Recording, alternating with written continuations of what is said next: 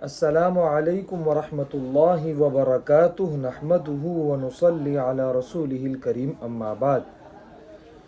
محرم الحرام کا مہینہ شروع ہونے والا ہے تو اس کی کچھ فضیلتیں، عاشورہ کی فضیلتیں احادیث میں اللہ کے نبی صلی اللہ علیہ وسلم کے کیا ارشاد وارد ہوئے ہیں وہ میں آپ کے سامنے بیان کرتا ہوں۔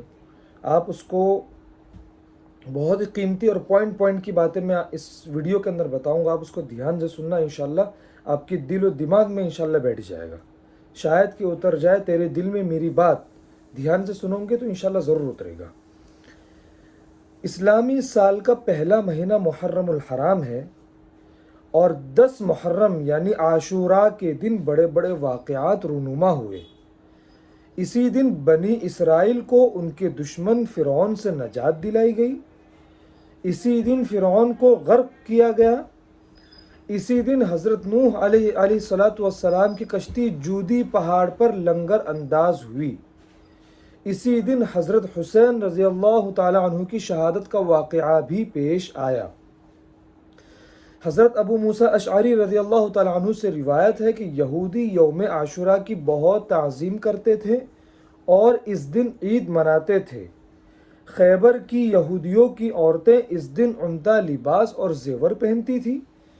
زمانہ جاہلیت میں قریش مکہ کے نزدیک بھی یوم عاشوراء بڑا محترم دن تھا اور اس دن روزہ بھی رکھتے تھے، اور اسی دن خانہ کعبہ پر نیا غلاف بھی ڈالا جاتا تھا۔ چنانچہ حضرت عائشہ رضی اللہ تعالی عنہا فرماتی ہے کہ قریش زمانہ جاہلیت میں یوم عاشوراء کا روزہ رکھتے تھے اور رسول اللہ صلی اللہ علیہ وسلم بھی جاہلیت کے زمانے میں عاشوراء کا روزہ رکھتے تھے۔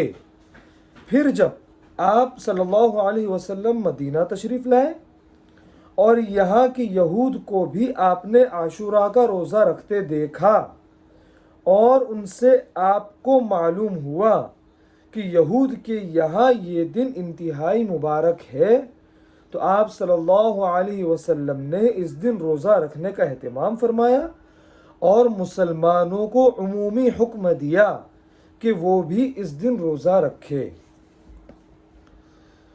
محرم الحرام کا مہینہ قابل احترام اور عظمت والا مہینہ ہے۔ اس میں 10 محرم الحرام کے روزے کی بڑی فضیلت وارد ہوئی ہے۔ رمضان کے علاوہ باقی 11 مہینوں کے روزوں میں محرم کی 10ویں تاریخ کے روزے کا ثواب سب سے زیادہ ہے، اور اس ایک روزے کی وجہ سے گزرے ہوئے ایک سال کے صغیرہ گناہ معاف ہو جاتے ہیں۔ اس کے ساتھ 9ویں یا 11ویں تاریخ کا روزہ رکھنا بھی مستحب ہے، یعنی 9، 10 یا 10، 11، آگے ڈیٹیل میں بتا رہا ہوں۔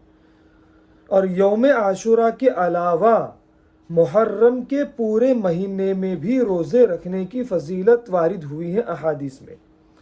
حضرت ابو ہریرہ رضی اللہ تعالیٰ عنہ سے روایت ہے کہ رسول اللہ صلی اللہ علیہ وسلم نے فرمایا، افضل ترین روزے رمضان کے بعد ماہ محرم کے ہیں، اور فرض نماز کے بعد افضل ترین نماز رات کی نماز ہے، یعنی تہجد کی نماز۔ رواہ مسلم۔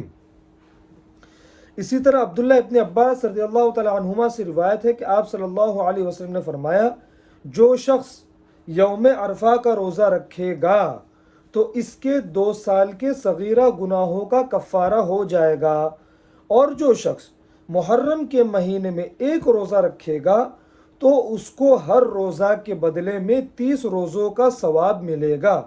اخرجہ الطبرانی۔ اور عاشوراء یعنی 10 محرم کا روزے کی فضیلت، نبی کریم صلی اللہ علیہ وسلم کا ارشاد ہے، مجھے اللہ تعالیٰ سے امید ہے کہ یوم عاشوراء کا روزہ گزشتہ 1 سال کے گناہوں کا کفارہ بن جائے گا۔ رواہ مسلم۔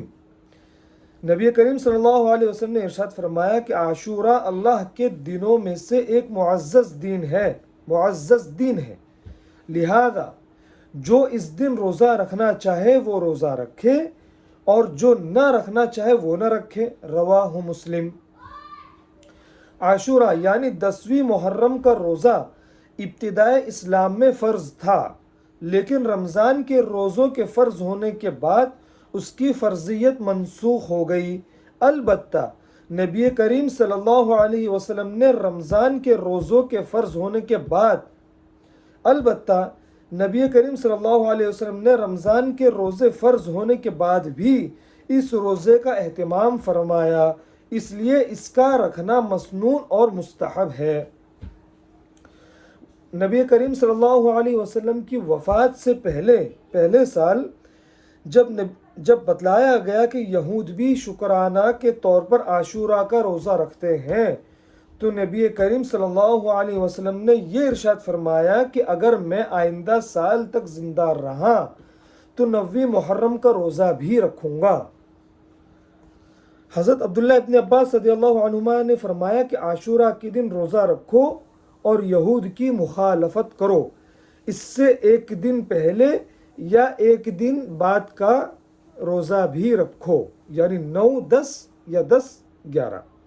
لہذا فقہائے کرام نے عاشورہ کے ساتھ یعنی 10 محرم کے ساتھ 9 محرم کے روزہ کو مستحب قرار دیا ہے، اور مشابہت یہود کی بنا پر صرف عاشورہ کے روزے کو مکروہ تنزیہی قرار دیا ہے۔ اس لیے 10ویں روزے کے ساتھ 9واں یا 10ویں کے ساتھ 11ویں کا روزہ رکھنا بھی بہتر ہے، تاکہ اس عبادت کی ادائیگی میں یہود کی مشابہت نہ رہے۔ تاہم اگر کسی بنا پر 3 یا 2 روزے رکھنا دشوار ہو تو صرف عاشورہ کا روزہ رکھ لینا چاہیے، تاکہ اس کی فضیلت سے محرومی نہ ہو۔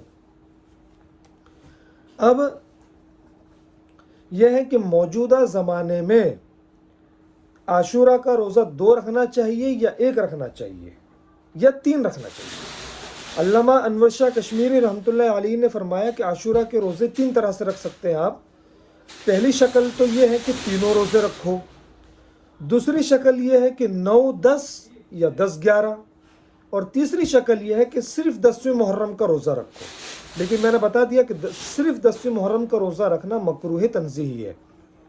اب معارف الحدیث جلد نمبر 4 صفحہ 387 کتاب الصوم یعنی روزے کا باب، روزے کی کتاب الصوم کے اندر حضرت مولانا منظور نعمانی رحمۃ اللہ علیہ فرماتے ہیں کہ یہ عاجز عرض کرتا ہے کہ ہمارے زمانے میں چونکہ یہود و نصارہ وغیرہ یوم عاشورہ یعنی 10ویں محرم کا روزہ نہیں رکھتے، بلکہ ان کا کوئی عمل بھی قمری مہینوں کے حساب سے نہیں ہوتا، یعنی محرم، صفر، ربیع الاول، یہ اس کو قمری مہینہ یعنی چاند سے جو مہینے جڑے ہوئے، ہم چاند دیکھتے ہیں تو رمضان کا روزہ اسٹارٹ ہوتا ہے، چاند دیکھتے ہیں تو عید ہوتی ہے، چاند دیکھتے ہیں تو محرم کا مہینہ شروع ہوتا ہے، تو اس کو قمری مہینہ، قمر کہتے ہیں چاند کو، یہ قمر عربی کا لفظ ہے، بلکہ ان کا کوئی عمل بھی قمری مہینوں کے حساب سے نہیں ہوتا، اس لیے اب کسی اشتراک اور تشابہ و مشابہت کا سوال ہی نہیں رہا۔ لہذا فی زمانہ رفع تشابہ مشابہت کو رفع کرنے کے لیے 9ویں یا 11ویں کا روزہ رکھنے کی ضرورت نہ ہونی چاہیے۔ واللہ تعالی اعلم بالصواب۔ یہ میں نے آپ کو حوالے کے ساتھ بتا دیا۔ اب اخیر میں یہ کہا جاتا ہے کہ اہل و عیال پر خرچ، اپنی فیملی، اپنے خاندان والوں پر خرچ کرنا عاشورہ کے دن۔ تو عاشورہ یعنی 10 محرم کے روز اپنے اہل و عیال پر رزق کی وسعت اور فراوانی کی ترغیب وارد ہوئی ہے۔ حضرت ابن مسعود رضی اللہ تعالی عنہ روایت کرتے ہیں کہ نبی کریم صلی اللہ علیہ وسلم نے ارشاد فرمایا، جو شخص عاشورہ کے دن اپنے اہل و عیال کے خرچ میں وسعت اختیار کرے تو اللہ تعالیٰ پورے سال اس کے مال و زر میں وسعت عطا فرمائے گا۔ حضرت سفیان رحمۃ اللہ علیہ کہتے ہیں کہ ہم نے اس کا تجربہ کیا تو ایسا ہی پایا، رواہ رزین۔ تو یہ محرم الحرام کے بارے میں جو پوائنٹ جو باتیں تھی وہ میں نے آپ کے سامنے مکمل الحمدللہ بتا دی، اور اگر کچھ آپ کو اشکال ہو تو آپ مجھے کمنٹ میں بتا سکتے ہیں، اور آپ میری اس ویڈیو کو شیئر بھی کر سکتے ہیں تاکہ لوگوں کو محرم الحرام اور عاشورہ کے دن کی فضیلت پتہ چلے۔ والسلام علیکم ورحمۃ اللہ وبرکاتہ۔